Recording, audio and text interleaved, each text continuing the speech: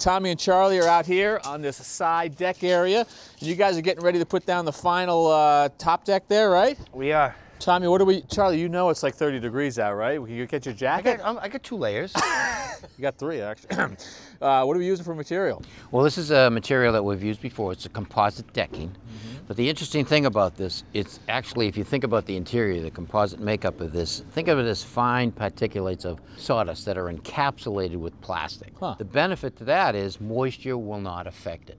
So you can install this on the ground, under the ground, and even in the water. Wow, all right. Ooh, that's dense too. Yeah, it's dense, it's Okay. heavy, but it's impervious. It doesn't take any water at all. Yeah. Okay, and it's got slots on both sides, so not tongue and groove. Right, hidden fasteners, so you don't see anything through the surface. So here's one of the clips that we'll use right here, and this one just goes into the slot, and the other side of the slot of the other board will go into there, and it holds the 2 boards down when you screw it, and you don't see the fastening system. Okay, sounds good. And in terms of what's below, Charlie, we've got living space below this deck, so you had to make this watertight. Yeah, it's just like a regular roof system, really, of a house, but we're going to have a deck above it. Right. So we installed a rubber roof over it.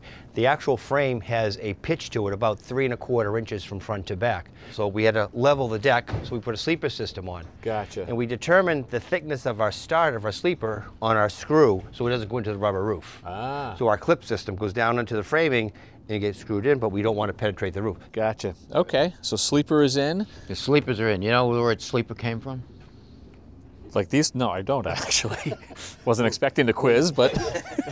Well, years ago, they used sleepers in roads with horse and carriages, and it was basically they would take the timbers and they would lay it on the road and they would infill them, and that would give a path for the horse and carriages to go. Okay. But then the builders started using them. They would take logs and they would put a perimeter out for what we call a sill of a house. Yeah. And then they would put the timbers on top of that and frame the house. So anytime they laid the wood down, lay it down, hence sleeper. Right. Okay. So these are sleepers on this roof, which basically takes the pitch off of the roof that's down below for the water to shed, but levels the deck up top. Professor Silva, can we get to work now? Okay. We're ready to go to work. All right, so where do you guys want to start in terms of putting this down? Well, the first thing we needed to do is get a parallel line off the house and transfer it out here because we want to make sure that our decking ends up even when it hits the house. We don't want to have a tapered piece at the end. So you're going to start out there and work your way back in? Exactly. Okay. We're going to use these blind clips right here. We're going to place them on the line so we can push our board into that, which is going to hold the edge of the deck from coming up.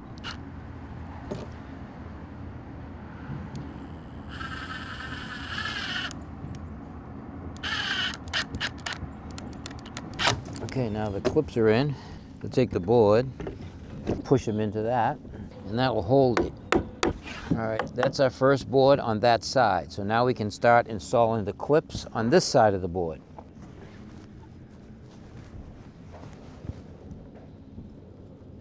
All right, here's the next one.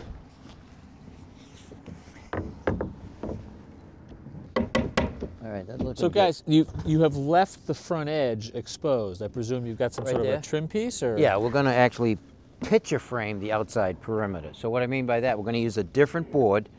You know, the ones that we just put down have a slot in them, and that's for the fasteners. Well, this one doesn't have a slot on either side. Ah, hence that hidden fastener that you So started with. when we lay it on the outside of the deck, like over there, you're not going to see a slot. Gotcha. We're also going to miter this corner and return to follow the angle of the deck all the way up. So what we'll have to do, this will come around like that. Once we miter this corner, we'll cut all these boards afterwards. Gone, gone, gone, gone. Right, and then we'll have a nice border that runs straight up following the angle of the deck. And so Charlie, you guys are setting screws in here 3-4 courses deep, but you're not actually setting them down yet. No, we're not. They made this nice tool, has a little cam system on it. To take that one over there, and you put it right on the sleeper, or a joist. You put it on, you tighten it up, and it allows you to put pressure on all those boards right to the, look at that, right? We do 4 or 5 rows at a time. Then we take this attachment right here that we put on any drill, and we take it over, stand on the deck, put it over the screw, and then we just screw down. No way. Yeah. So you don't have to bend over I like at that all. part. Yeah. Cool. Okay. So now just, I guess what, just repeat the process and keep working back? Yeah, about 50, 60 more times. Yeah.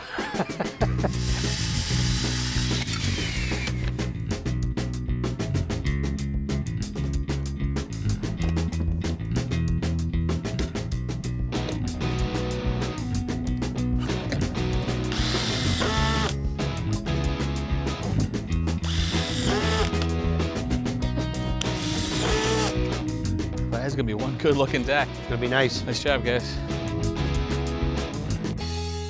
Thanks for watching. This Old House has got a video for just about every home improvement project, so be sure to check out the others. And if you like what you see, click on the subscribe button to make sure that you get our newest videos right in your feed.